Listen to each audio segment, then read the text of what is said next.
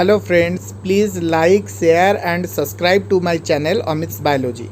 Dear student, today we discuss about the pistil or gynoecium, or pistil or gynoecium is otherwise known as megasporophyll. तो pistil or gynoecium is otherwise known as megasporophyll. तो pistil or gynoecium or megasporophyll, so these are the structure of female part. These are the structure of female part. These are the female reproductive part. Okay. So this is the structure of pistil or gynoecium. Pistil or gynoecium has three parts. One basal swollen part is known as ovary.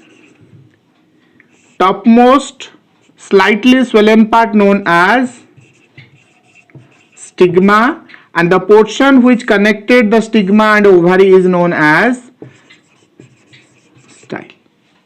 Okay, if pistil is made up of only one, so individual unit of pistil is known as carpel. If pistil is made up of single carpel, it is known as monocarpellary. If it is made up of two or more, if it is made up of two or more carpel, it is known as multicarpellary. Okay. So if the pistil is made up of single carpel, it is known as monocarpellary. If the pistil is made up of more than one carpel, it is known as multicarpellary. So monocarpellary condition is simple.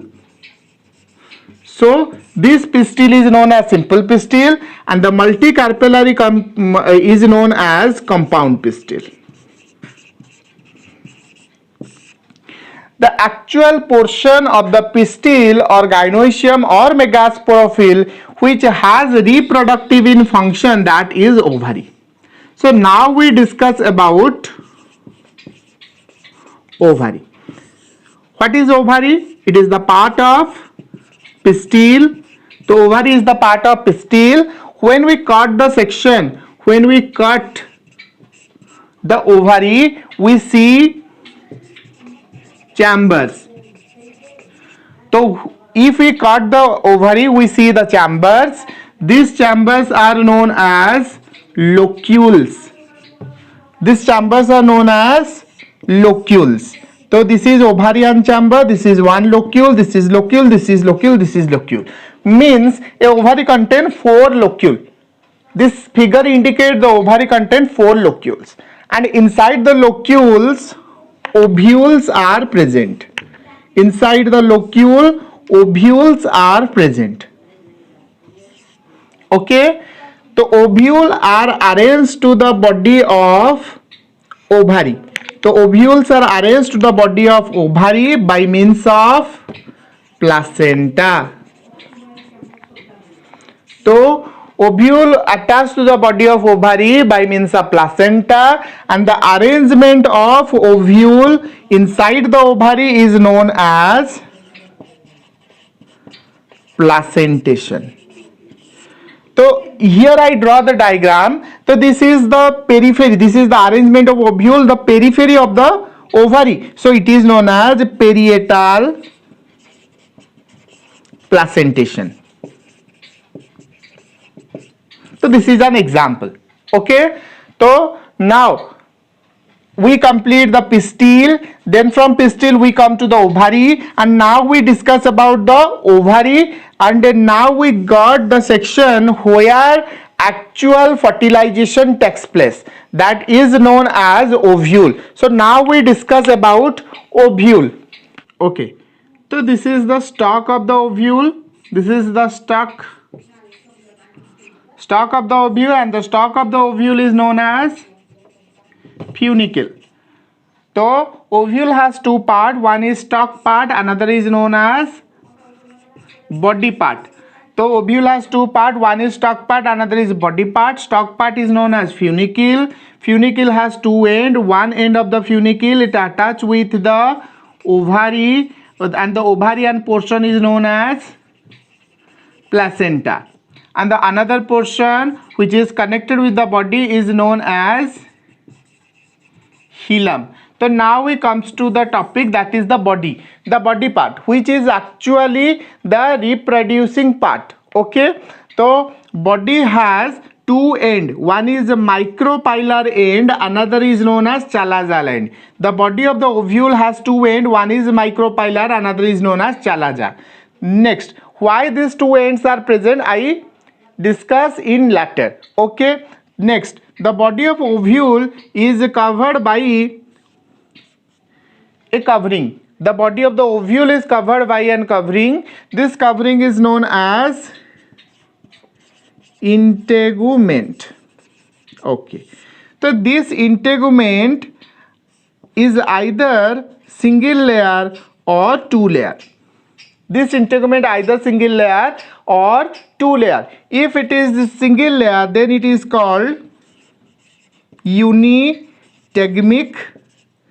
If it is two layer, it is called bitegmic.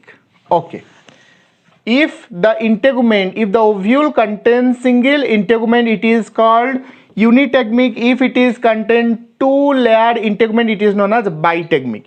And the bitegmic integument is the characteristic feature of a dicot or your angiosperm, specially dicots, and unitegmic ovules are the characteristic feature of gymnosperms. So what is the function of integument? Function of integument, so ovule gives rise to, actually ovule gives rise to seed, ovary gives rise to fruit. Ovule, if ovule gives rise to seed, then ovular covering, that is integument, gives rise to seed coat. Okay, next, this integument has a continuous end and a discontinuous end. The continuous end is known as chalaza and the discontinuous end is known as micropyle, which leaving a pore. This pore is known as micropyle. So this end is known as micropylar end. This pore end is known as micropylar end and the continuous end is known as chalazal end. Okay, next, integument cover a large number of parenchymatous cells, and these parenchymatous cells are known as nucellus. The nucellus is nothing, it is the large mass of parenchymatous cell, and the centralmost portion of the nucellus is contain embryo sac. The centralmost region is occupied by embryo sac, which has egg apparatus at the micropylar end, antipodals, chalazal end, antipodals at the chalazal end, and polar nuclei at the center. Which form central cell latter. Okay, so these are the basic structure of ovule. Okay, so now we discuss all about the ovule. Then in the next video we will discuss about the female gametophyte.